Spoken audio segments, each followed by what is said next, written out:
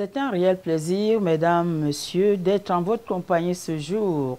Et bienvenue en Ngaoundéré, le château d'eau du Cameroun, où Manège du Savoir a déposé ses valises.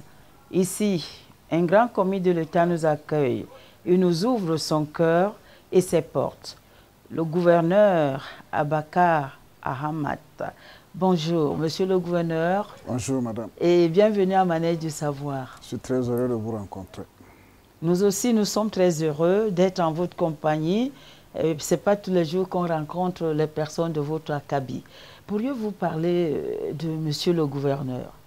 Qui êtes-vous? Question très difficile parce que j'aurais aimé entendre les autres parler de moi, mais s'il faut que je dise quelque chose de moi, je dirais que mon nom c'est Abakar Ahamat. Je suis âgé de 56 ans. Je suis Kotoko de tribu de Logon Echari. Je suis marié et père de 7 enfants. Je suis administrateur civil principal hors échelle, il faudrait que je le dise. Et actuellement, je suis gouverneur, mais pour être gouverneur, je suis passé du bas de l'échelle jusqu'au sommet. Parlez-nous un peu de cette riche expérience.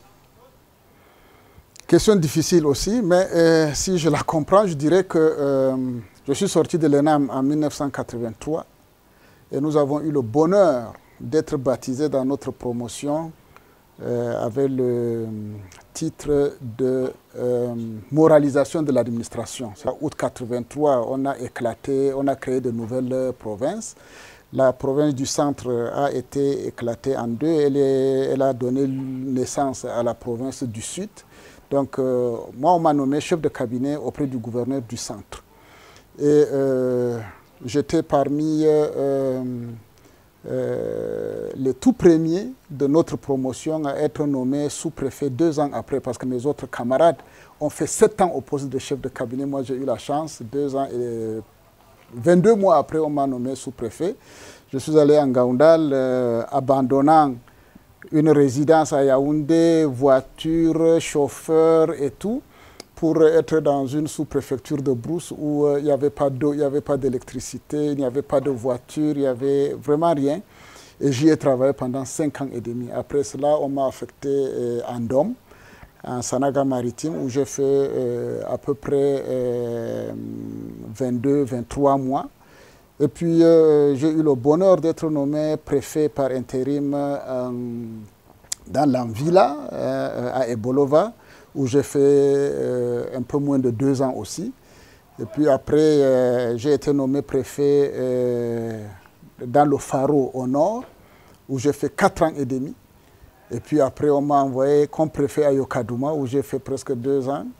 Mais là, j'ai eu le malheur de perdre mes fonctions. J'ai été relevé de mes fonctions.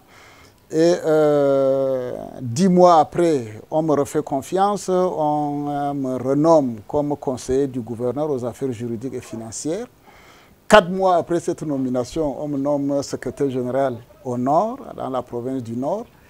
Et puis 2 ans après, j'ai été affecté à EDEA, en Sanaga Maritime, comme préfet.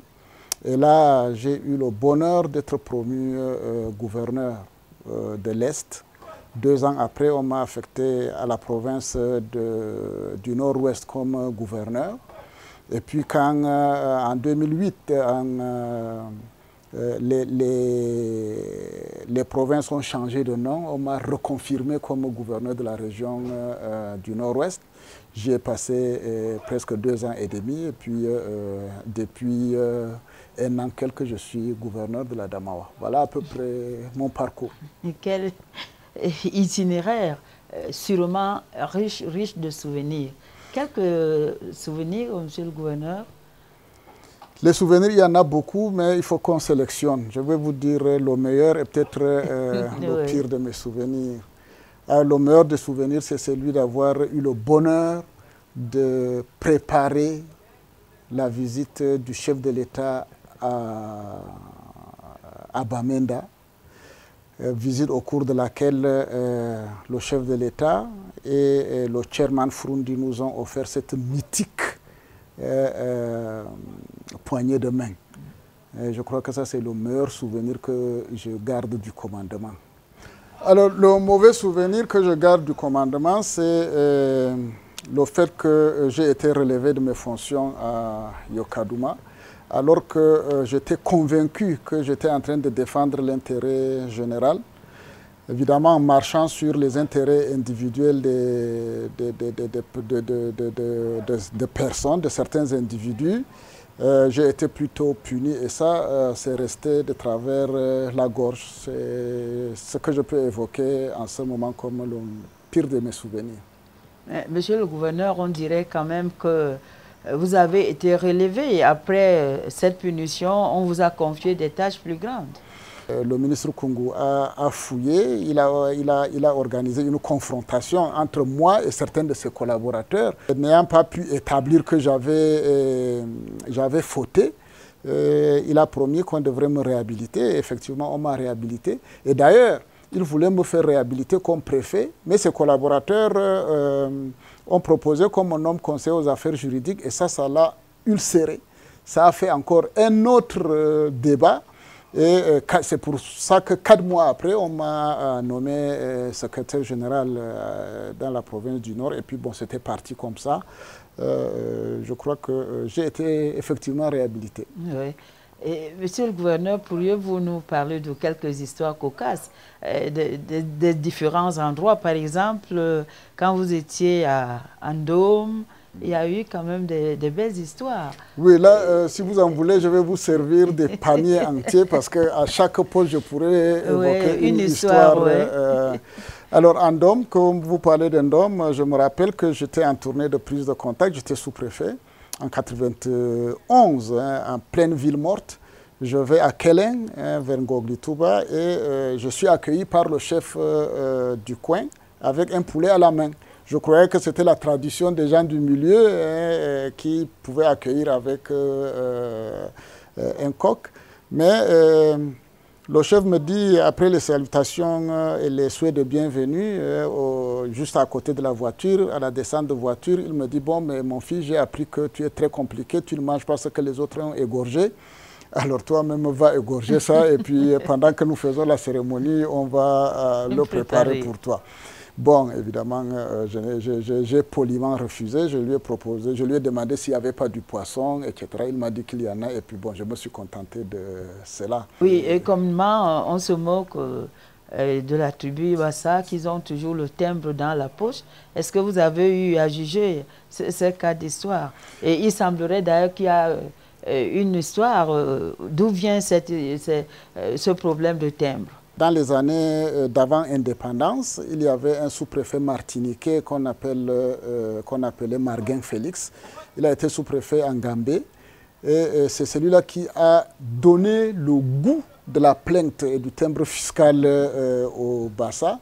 Parce que quand un individu allait à la sous-préfecture porter plainte, il le jugeait sur la rédaction de sa plainte. Oui. Et il le condamnait à tant de coups de chicotte parce qu'il avait mal rédigé sa plainte.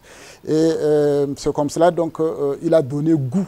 Et il a appris et il a donné goût au Bassa d'être très plaintif. Ce n'est pas toujours très bon, mais l'histoire veut qu'on retienne que les Bassa se promènent avec les timbres fiscaux. Moi, j'ajoute même que maintenant, ils ont même les imprimés de certificats médicaux légaux parce qu'il ne faudrait pas que, quand un incident arrive, qu'on dise que l'économe n'est pas là, ils ne peuvent pas avoir l'imprimé, etc. Bon, c'est des histoires pour rire, mais elles sont réelles. Mais aujourd'hui, je n'ai pas de timbre, monsieur le gouverneur. C'est tout simplement une merveilleuse rencontre que nous avons aujourd'hui avec vous. Et dites-nous un peu, qu'est-ce qui vous choque dans la vie quand vous regardez les gens, quand vous regardez le monde? Qu'est-ce qui vous choque le plus et qu'est-ce qui vous plaît le plus? Ce qui me choque le plus dans la vie quotidienne, c'est le mensonge. Je n'aime pas les gens qui mentent. Ça, je ne supporte pas. Je ne supporte pas. Même pour s'amuser, je n'aime pas que les gens mentent. Ça, c'est quelque chose que je ne supporte pas. Et puis, ce qui me fait le plus plaisir, c'est évidemment de travailler ou de rencontrer des gens qui sont enthousiastes, des gens qui sont honnêtes, des gens qui vous ouvrent leur cœur, des gens qui vous disent la vérité tout simplement. Voilà schématiquement ce que j'aime et ce que je n'aime pas.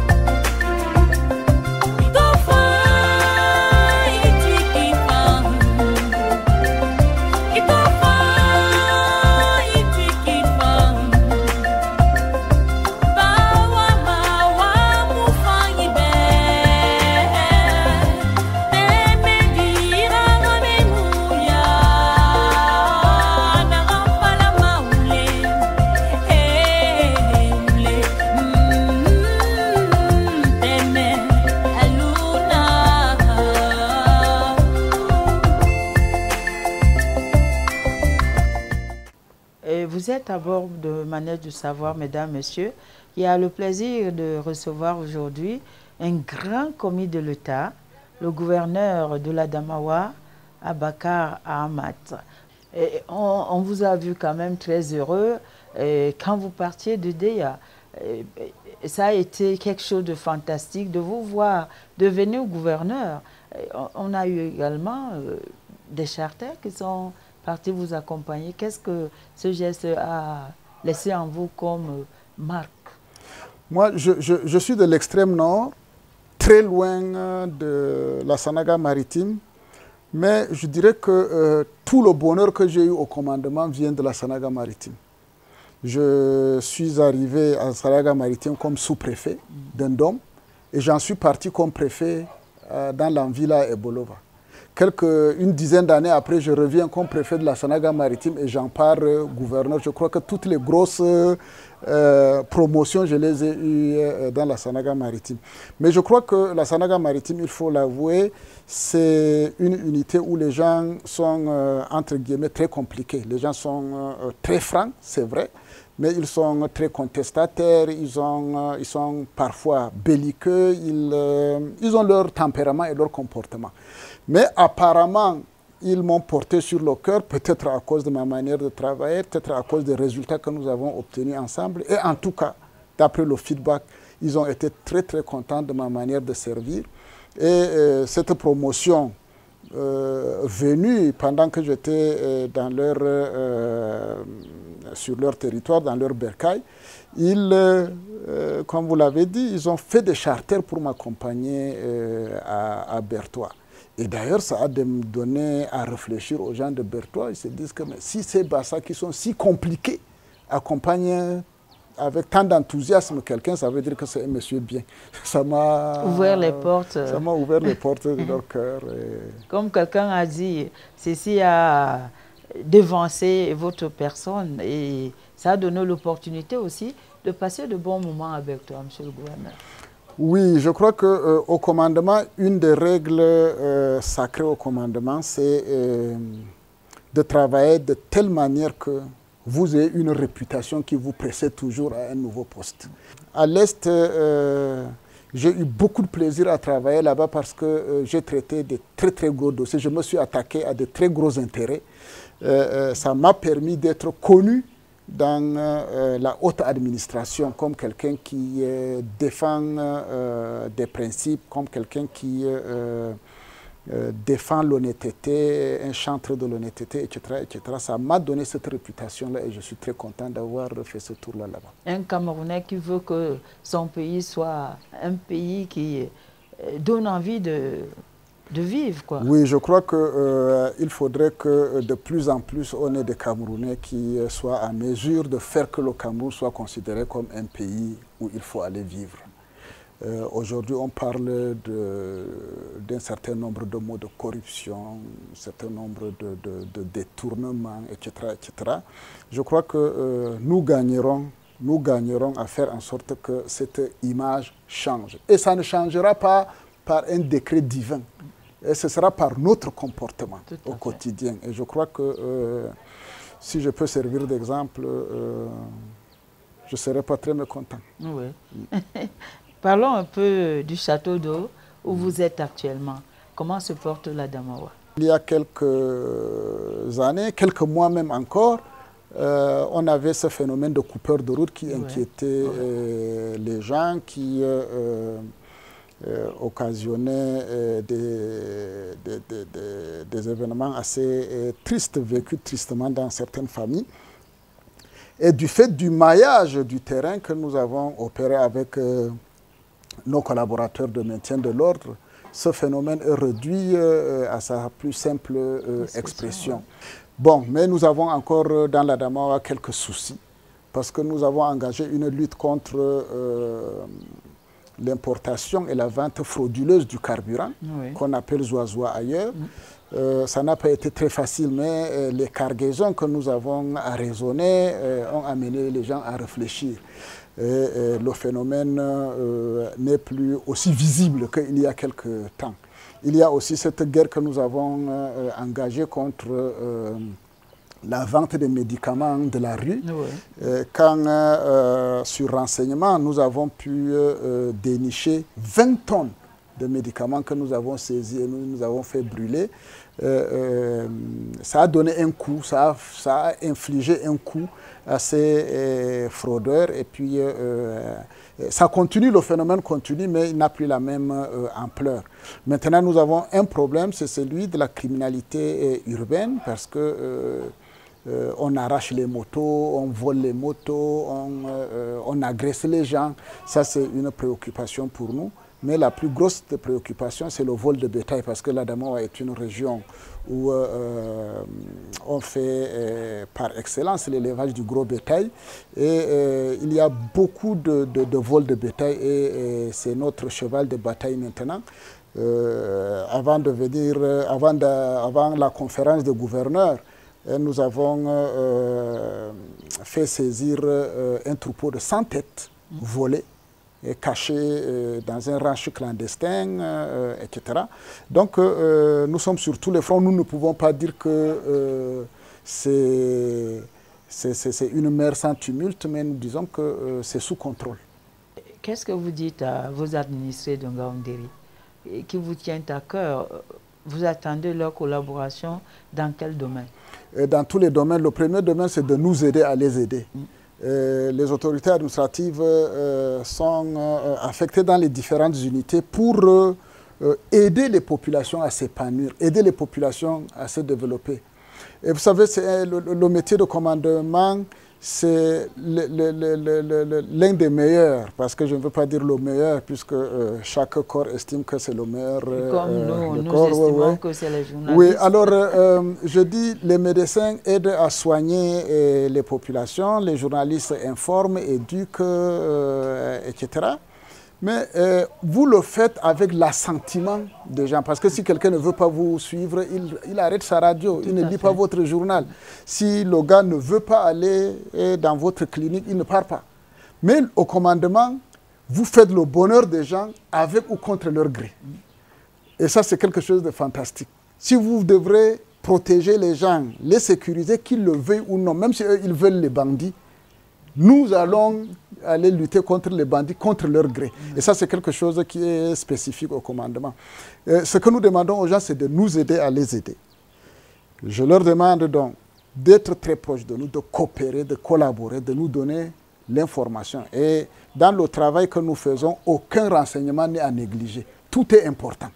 Même la moindre information que l'on pourrait négliger peut sauver la vie aux gens. Donc, je leur demande de coopérer, de nous donner les bonnes informations, de nous donner les informations à temps pour nous permettre d'agir et de les aider. Monsieur le gouverneur, qu'est-ce que vous dites aux jeunes? Quel conseil donneriez-vous aux jeunes qui veulent emboîter le pas du commandement? Je leur dirais d'être d'abord convaincus qu'au commandement, on n'est pas riche. Parce qu'aujourd'hui, les gens vont choisir des métiers pour devenir riches. Et quand on dit riche, c'est en millions ou en milliards. Au commandement, on n'est pas riche en millions et en milliards. Mais on est riche d'une autre manière, on est riche en relations humaines. Et ça, il faudrait qu'ils en soient convaincus. Je leur dirais qu'au commandement, il n'y a pas que du plaisir. Il y a beaucoup d'écueils. Mais il faudrait qu'ils se disent que on ne peut pas faire des omelettes sans casser les œufs. Donc, le commandement est difficile. Il n'y a pas que du bonheur, mais on a du plaisir à construire le destin de ses semblables. Il n'y a qu'au commandement qu'on vit cela. Il faudrait donc qu'ils sachent que c'est un métier très difficile, mais c'est un métier très enrichissant. Je leur demanderai d'être très humble. Quand on est au commandement, on doit savoir être humble. On doit savoir être courtois. On doit savoir être très prudent. Et quand toutes ces qualités auront été rassemblées, il faudrait qu'ils comprennent qu'ils doivent être en permanence des équilibristes. Parce qu'il y a un problème, il faut trouver une solution. La solution qu'on a trouvée à gauche peut ne pas être la bonne pour la droite. Donc, il faut qu'ils soient perspicaces. Et alors, il faudrait qu'ils comprennent, ces jeunes qui veulent venir au commandement, qu'à l'école primaire, on a appris qu'on a 5 sens. Il y a le goût, l'odorat, l'ouïe, etc., etc. Mais au commandement, il y a 2 organes de sens qui sont importants. La vue et l'ouïe. Si vous ne savez pas voir, si vous ne savez pas observer, vous allez passer à côté de l'objectif. Si vous ne savez pas écouter, si vous ne savez pas entendre, vous perdrez tout. Je connais des collègues qui ne reçoivent pas les gens, ou ils mettent sur leur porte que les jours de réception, c'est jeudi et je ne sais pas quoi d'autre. Ou bien que le gouverneur ou le préfet ne reçoit que de telle heure à telle heure. C'est vrai que le travail est contraignant, mais il faudrait qu'ils sachent recevoir tout le monde à tout moment. Parce qu'à tout moment, on peut avoir une information qui peut être utile, salvatrice. Donc, il faut savoir utiliser ses yeux et ses oreilles. C'est les quelques conseils que je peux donner aux jeunes administrateurs qui veulent faire carrière au commandement. Et la famille a une place de choix également dans tout ce parcours que vous avez eu. Qu'est-ce que vous dites à la famille? On nous écoute du côté de Marois, on nous regarde également. On leur dit bonjour aussi. Voilà, merci. Je crois que au commandement, la famille est importante, c'est vrai. Moi, je n'ai pas eu le bonheur d'encadrer ma famille comme je l'aurais souhaité. Je vous ai dit, je suis marié, je suis père de 7 enfants. C'est une grosse famille. Je ne dis pas que mes enfants n'ont pas réussi, il y en a qui travaillent déjà. Mais je n'ai pas pu les encadrer comme j'aurais souhaité parce que le métier que j'exerce est tellement prenant que je ne les rencontre que de manière épisodique. Je n'ai pas le bonheur de partager tous les soirs les repas avec mes enfants.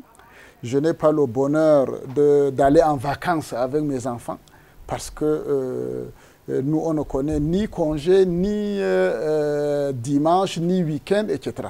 Nous gérons les impondérables et nous travaillons perpétuellement. Donc, ça m'a un peu éloigné de ma famille, mais je crois que je parle de ma famille nucléaire, mais la famille, la grande famille, elle m'a aussi accompagné. Je leur dis bonjour, hein, tous les amis qui vont me reconnaître, je voudrais qu'ils sachent que bien que je ne sois pas très proche d'eux, ils restent toujours collés à mon cœur. Les gens qui vous connaissent disent que vous êtes très généreux et que vous menez toujours des activités vers le social. Qu'est-ce qui vous pousse à le faire? C'est les exigences du métier. Nous sommes là pour construire le bonheur des populations, nous sommes là pour les accompagner et évidemment, ce qui touche à leur vie au quotidien, c'est le social. Les gens ont besoin de l'eau, les gens ont besoin de manger, les gens ont besoin de soins et évidemment, vous ne serez utile aux gens qu'en les accompagnant dans ce sens-là, en faisant en sorte qu'on leur trouve de quoi manger, qu'on leur trouve de l'eau, etc. Ça, c'est les communautés. Maintenant, les individus croient que le gouverneur ou le préfet est riche en milliards. Tous les problèmes, ils viennent vous les poser. Vous ne pouvez pas tous les résoudre. Mais on écoute tellement de choses que vous êtes obligé de donner le dernier sou que vous avez pour essayer d'aider les gens. Bon. Si nous le faisons, ce n'est pas une prescription du commandement, mais là, c'est le cœur qui écoute et qui parle. Ouais. Si on peut partager avec les gens, je ne vois pas pourquoi est-ce qu'on ne devrait pas le faire. Je suis d'une région qu'on a appelée pendant longtemps une région sous-scolarisée. Ouais. Et j'ai été envoyé à l'école par hasard, hein, je dirais par hasard. Et comme les parents, à l'époque, ne voulaient pas que l'enfant aille à l'école du blanc, parce que là, ce serait le perdre, et comme je devrais y aller, j'ai été soutenu par des familles que je ne connaissais même pas parfois. Donc aujourd'hui, si je peux rembourser, entre guillemets, ce que j'ai reçu des autres, c'est de cette manière-là que je le fais. Oui, et avec amour, avec joie. Monsieur le gouverneur, nous sortons de notre entretien. Quel Cameroun rêvez-vous voir, même quand vous ne serez plus au commandement? Vous savez, dans ce pays, je travaillais dans le Faro et il y a une tribu qu'on appelle les Namdi au Faro, à Poli. Ces gens, dans leur lexique, le mot vol n'existe pas. Quand ils trouvent quelque chose, se livrent dans les herbes, ils le prennent, ils regardent et puis ils mettent sur la route pour que le propriétaire légitime en passant retrouve ça. J'aurais souhaité que le Cameroun soit un pays comme... Prends cet exemple. Oui, vraiment, j'aurais souhaité cela. Un Cameroun où on n'a pas peur de voyager, ni le jour ni la nuit. Un pays où on doit pouvoir voyager sans escorte, parce qu'on a peur de coupeurs de route, etc., etc. Voilà, c'est ce Cameroun-là dont je rêve. Un Cameroun où il n'y a pas tous ces mots dont on parle. Un Cameroun où il y a la sécurité à tout bout de champ. Un Cameroun où la sécurité existe, la confiance existe. Nous pouvons le construire. Monsieur le gouverneur, le bonheur a été nôtre de vous avoir à nos côtés, de vous avoir en manège de savoir. Je vous souhaite bon vent. Merci, moi aussi je voudrais vous dire merci parce que vous m'avez donné l'occasion de parler de manière assez survolée, hein, sans doute, mais vous m'avez donné l'occasion de me replonger dans l'histoire qui a constitué ma carrière. Je suis très heureux. Merci. Mesdames et messieurs, merci et bonne journée.